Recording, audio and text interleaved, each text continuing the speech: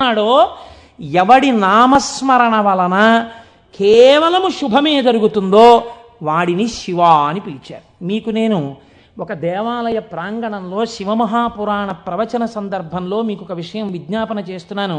ఇది పరమసత్యం, అబద్ధాలు చెప్పుకోవలసిన దౌర్భాగ్యం నాకు లేదు. బహుశా మా దొరగారికి ఒక్కరికి తెలిసేమో, ఆయన నాకు పేరు జ్ఞాపకంలో లేదు. ఈ ఊళ్ళోనే ఒక వ్యక్తి ఉండేవారు. ఆయన ఒకసారి నా దగ్గరికి వచ్చి, అంటే నా ఉద్దేశం ఇలాంటి బాధల్లో ఉన్న వాళ్ళందరినీ మా ఇంటికి వచ్చేసి నన్ను అడగమని కాదు. ఆయన ఒకసారి మా ఇంటికి వచ్చి, ఒక్కసారి మీకు నమస్కారం చేసి వెళ్ళిపోతానని చాలా వ్యగ్రతతో అన్నాడు.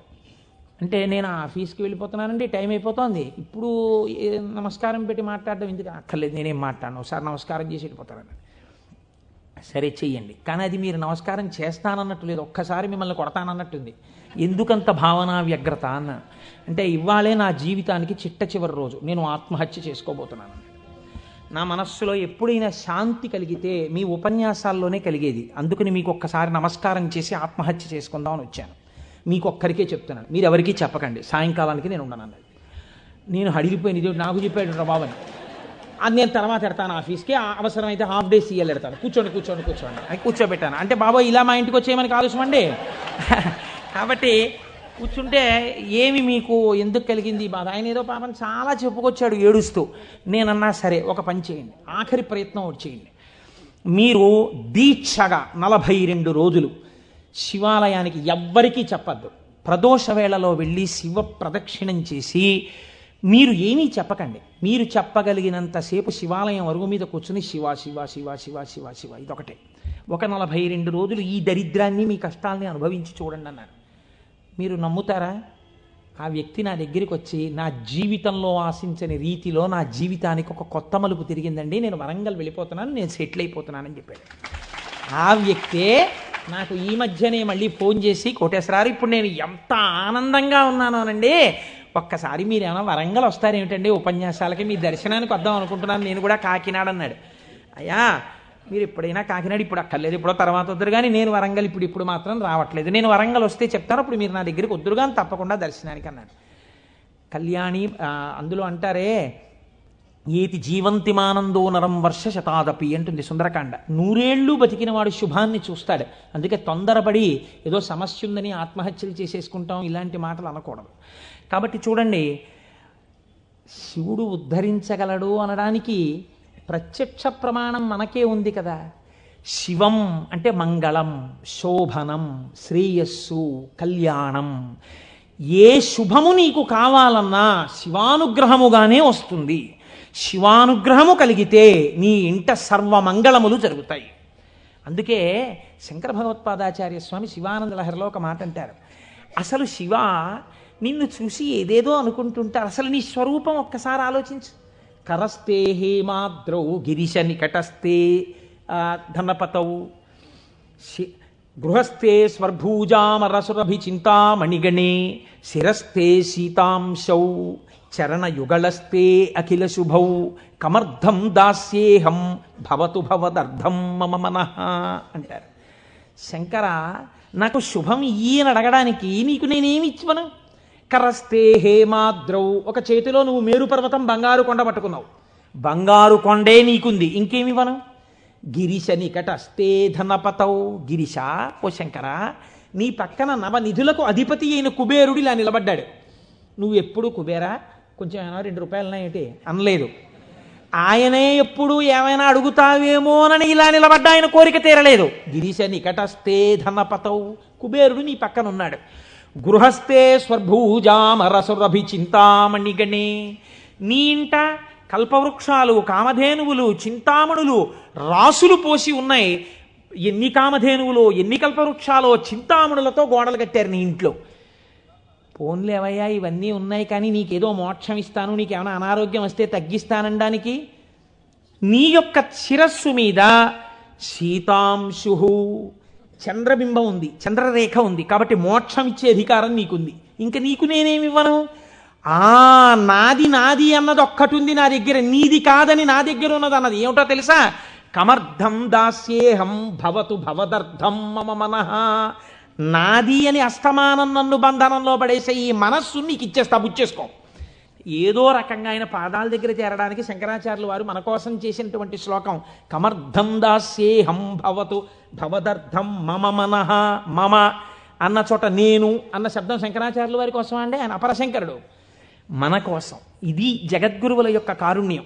కనుక అటువంటి శంకరుడికి మీరేమి ఇవ్వాలి? మీరేమి ఇవ్వక్కర్లేదు. కానీ మీరు ఇలా నమస్కరిస్తే చాలు, ఒక్కసారి శివ అంటే చాలు, ఆయన పొంగిపోతాడు. అందుకు కదా మనం ప్రదోష వేళలో ఉపన్యాసం మొదలుపెట్టే ముందు శివాష్టోత్తర శతనామ స్తోత్రాన్ని ఒక్కసారి అనుసంధానం చెయ్యాలి అని మనం అనుకుంటున్నాం.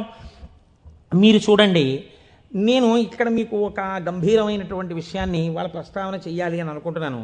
ఆనందం వస్తే కళ్ళజోడు తీసేస్తూ ఉండడం, మళ్ళీ పెట్టుకు చూసుకుంటూ ఉండడం.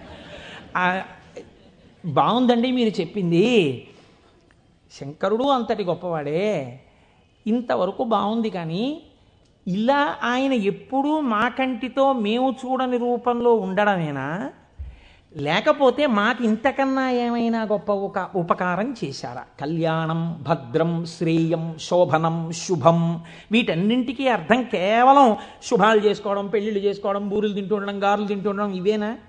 ఇంకేమైనా చెప్పారా శంకరుడు? ఇవే నా అర్థం, నేను ఇవే మీకు చేసి పెడుతుంటానని ఏమైనా అన్నారా? దీన్ని మీరు చాలా జాగ్రత్తగా గంభీరంగా పట్టుకోవాలి. మీరు ఇది పట్టుకునే ప్రయత్నం చేస్తే శివపురాణం విషయంలో మీకు ఒక గొప్ప అవగాహన ఏర్పడిపోతుంది. కాబట్టి చెవులు రిక్కించి చాలా జాగ్రత్తగా వినే ప్రయత్నం చేయండి. కదిలినటువంటి శివుని యొక్క స్వరూపాన్నే నటరాజమూర్తి అని పిలుస్తాం. ఎదర వ్యాఖ్యానం పురాణంలో వస్తుంది, అప్పుడు నేను నటరాజ తత్వం గురించి, చిదంబరం గురించి చెప్తాను. అప్పుడు విందురు కానీ ఇప్పటికొకటి తెలుసుకోండి, తనలో తాను రమించిపోతున్నటువంటి శివుడు అలలు లేని సరస్సు. కాబట్టి తనలో తాను రమిస్తుంటాడు, కదలిక ఉండదు. ఇప్పుడు అదే శివుడు సృష్టికర్త, స్థితికర్త, ప్రళయకర్తగా ఉన్నాడు అనుకోండి, కదులుతూ ఉంటాడు. ఈ కదిలినప్పుడు నటరాజు నాట్యం చేస్తుంటాడు.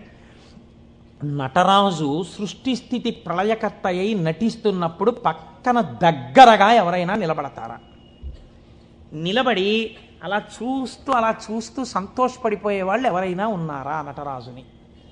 శ్రీ మహావిష్ణువు అంతటి వారు అసుర సంధ్య వేళలో మధ్యలో వాయిస్తూ ఉంటారు, శంకరుడు నాట్యం చేస్తుంటే. కాబట్టి ఉట్టిన ఏమీ చేయకుండా స్పెక్టేటర్స్ పాస్ అని చెప్పి ఏమైనా ఇస్తారా?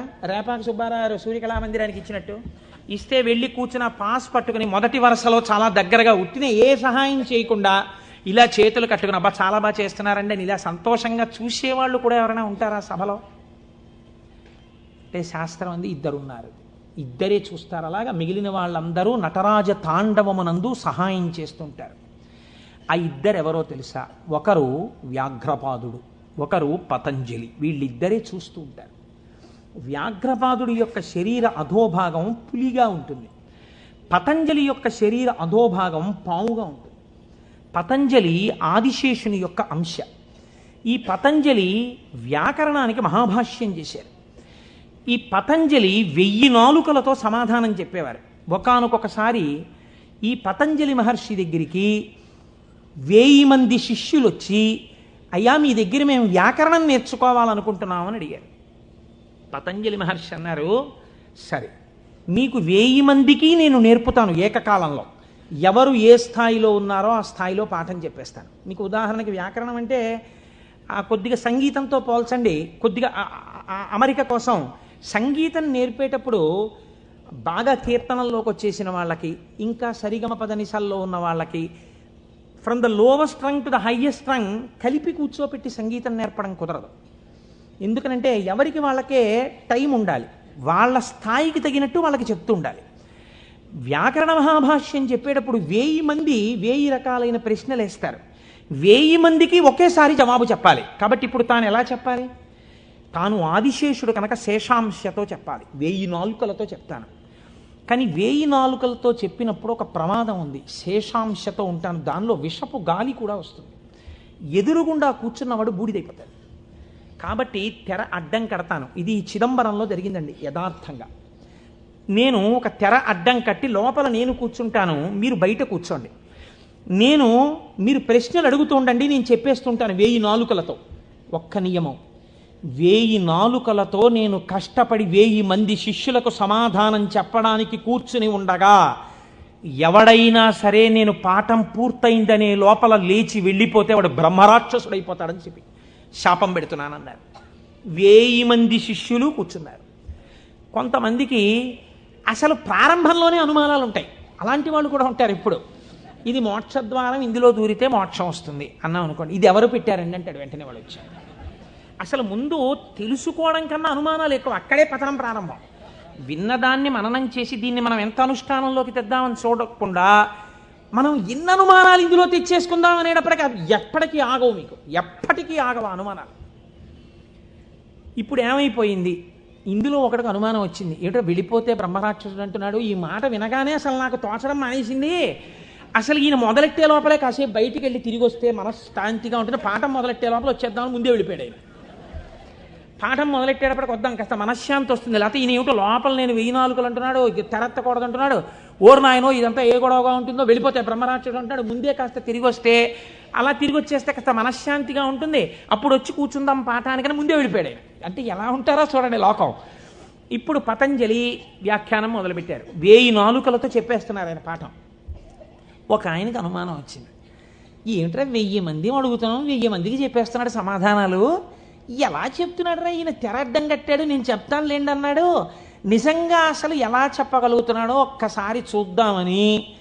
చూడండి, సేవ చేస్తున్నారు పరమాత్మకి అని తెరడ్డం పెడితే ముందు వరుసలో కూర్చున్నవాడు తెరెత్తి చూస్తుంటాడు. ఎంత తప్పది అంటే అది కూడా భక్తి. కాబట్టి అలా ఆ పతంజలి అటు కూర్చుని ఉండగా ఒక శిష్యుడు ఏం చేశాడంటే మెల్లిగా తెరెత్తాడు. తెరెత్తి చూశాడు. చూసేటప్పటికి విషపు గాలి వాడు ఒక్కడి మీదకే వెడుతుందా? ఈ 999 మంది బూడిదైపోయారు. అట్నుంచి ప్రశ్న ఆగిపోయింది. ఆగిపోగానే పతంజలికి అనుమానం వచ్చింది. ఏదో జరిగిందని ఆయన పాఠం ఆపి లేపి తెర తీసి చూశారు. బూడిద రాసులు ఉన్నాయి. అరేరే చచ్చిపోయారా 1000 మంది అనుకున్నారు. ఇంతలో పాఠం వినడానికి కొంచెం మనశ్శాంతితో వద్దామన్నవాడు వచ్చాడు. నువ్వు ఎక్కడికి వెళ్ళావురా అని అడిగారు ఆయన. అది నేను చెప్తాను కానీ వీళ్ళు ఏంటంటే 999 బూడిద కుప్పలు ఏమిటండి అన్నాడు వాడు. వాడు బుర్ర మరీ పాడైపోయాడు. ఆయన అన్నారు, కంగారు పడకు, నేను ముందే చెప్పాను కదా తెరెత్తద్దని. ఎవడో ఎత్తాడు, బూడిదైపోయారు. నువ్వు మాత్రం ఒక్క శిష్యుడు మిగిలావురా, మీకు 1000 మందికి పాఠం చెప్తానన్నాను, కనీసం ఒక్కడే మిగిలావు, నీకు చెప్తాను పాఠం అన్నారు. వాడు హడిలిపోయాడు. అయ్యి బాబోయ్ పాఠమే అని. ఇప్పుడు పతంజలి అన్నారు, నీకేం చెప్పను, కంగారు పడకు, నీకు నేను అనుగ్రహించేస్తున్నాను, నీకు వ్యాకరణం అంతా భాషించేసింది, నీకు వచ్చేసింది వ్యాకరణ భాష.